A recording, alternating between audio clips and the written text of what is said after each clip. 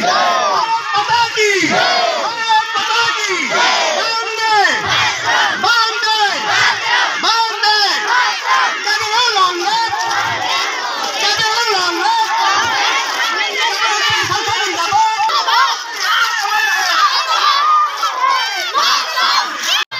वंदे हिंदी भाषा संस्था जिंदाबाद जिंदाबाद जिंदाबाद हिंदी भाषा संस्था जिंदाबाद जिंदाबाद जिंदाबाद हिंदी भाषा एकता अमर रहे हिंदी भाषा एकता अमर रहे वंदे वंदे वंदे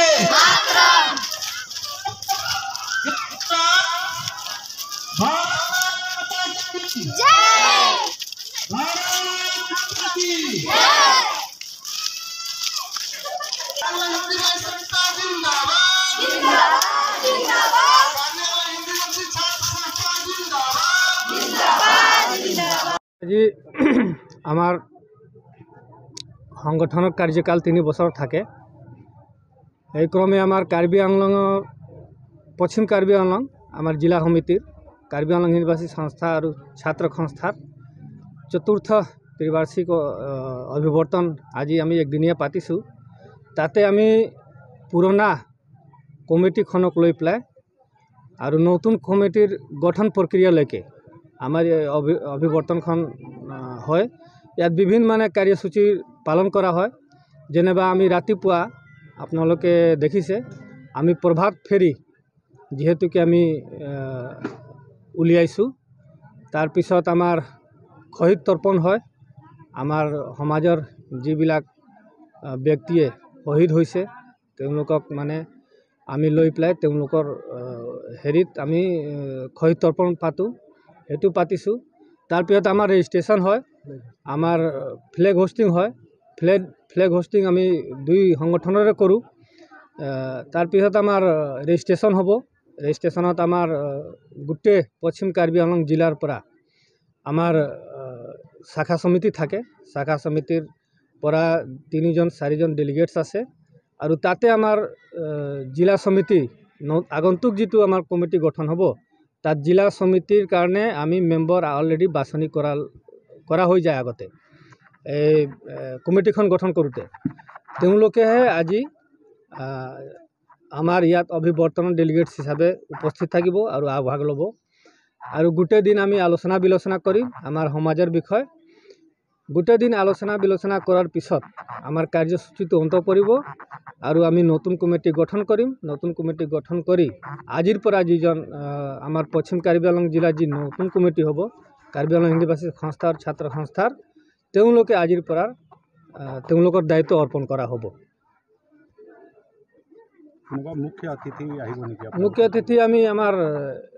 লোকাল এমএসিক শ্ৰী পवन কুমাৰ দেৱক আমি মাতিছো সেশনত ইরিগেশনত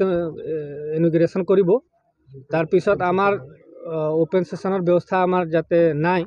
কারণ আমার কিছুমান অসুবিধা আছে কারণে আমি ওপেন সেশন করব পৰা নাই ইনগ্ৰেশন কৰব তাৰ পিছত আমাৰ যিবিলাক ডেলিগেটস আহিব তেওঁলোকৰে কাম আৰু তেওঁলোকে বহি পেলাই আমি আলোচনা বিলোচনা কৰিম তাত আৰু নাই আৰু আমি অবজাৰ্ভাৰ মাতিছো অবজাৰ্ভাৰ আমাৰ সমাজৰ professor R highly qualified teacher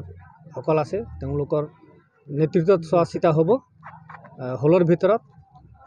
আৰু তেওঁলোকৰ নেতৃত্বতে মানে কাৰ্যকলাপবিলাক স্টাৰ্ট হ'ব নাই বেলেগ ডিস্ট্ৰিক্টৰ পৰা নহয় এনে আমাৰ কেন্দ্ৰীয় সমিতিৰ বেলেগ ডিস্ট্রিক্টত যিবিলাক আহে তেওঁলোকে আহিব কিন্তু ডেলিগেটস হিসাবে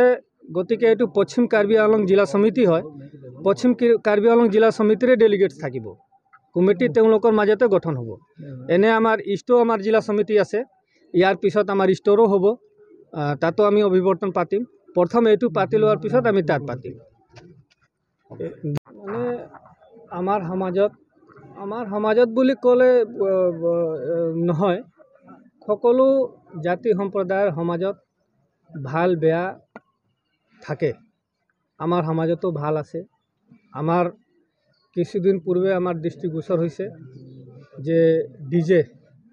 ডিজে যেটো মানুহে আমার বিয়া সিয়াত কিবা কিবি বজায় তাৰ পৰা আমাৰ সমাজত কিছুমান বেয়া প্ৰভাৱ পৰে। চবৰ ঘৰত ভাই ভনী আছে, তাত মানে কিছুমান অশ্লীল শব্দবিলাক উচ্চাৰণ হয়, তাক মানে আমি গ্ৰহণ নকৰোঁ। আমাৰ সমাজে গ্ৰহণ নকৰে আৰু এইটো গ্ৰহণযোগ্য নহয়।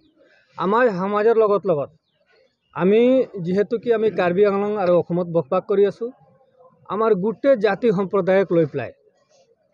সমন্বয় কৰি পেলাই আমি চলিব বিচাৰিছোঁ। চবৰ লগত ভাই বন্ধু হিচাপত চবৰ লগত একটা মিলা প্ৰীতিৰে আমি জীয়াই থাকিব বিচাৰিছোঁ। গতিকে বেলেগ সমাজতো তেওঁ আমাৰ ডিজেক লৈ পেলাই সমালোচনা আমি দেখা পাইছোঁ আৰু ছ'চিয়েল মিডিয়াত বিলাকত মানে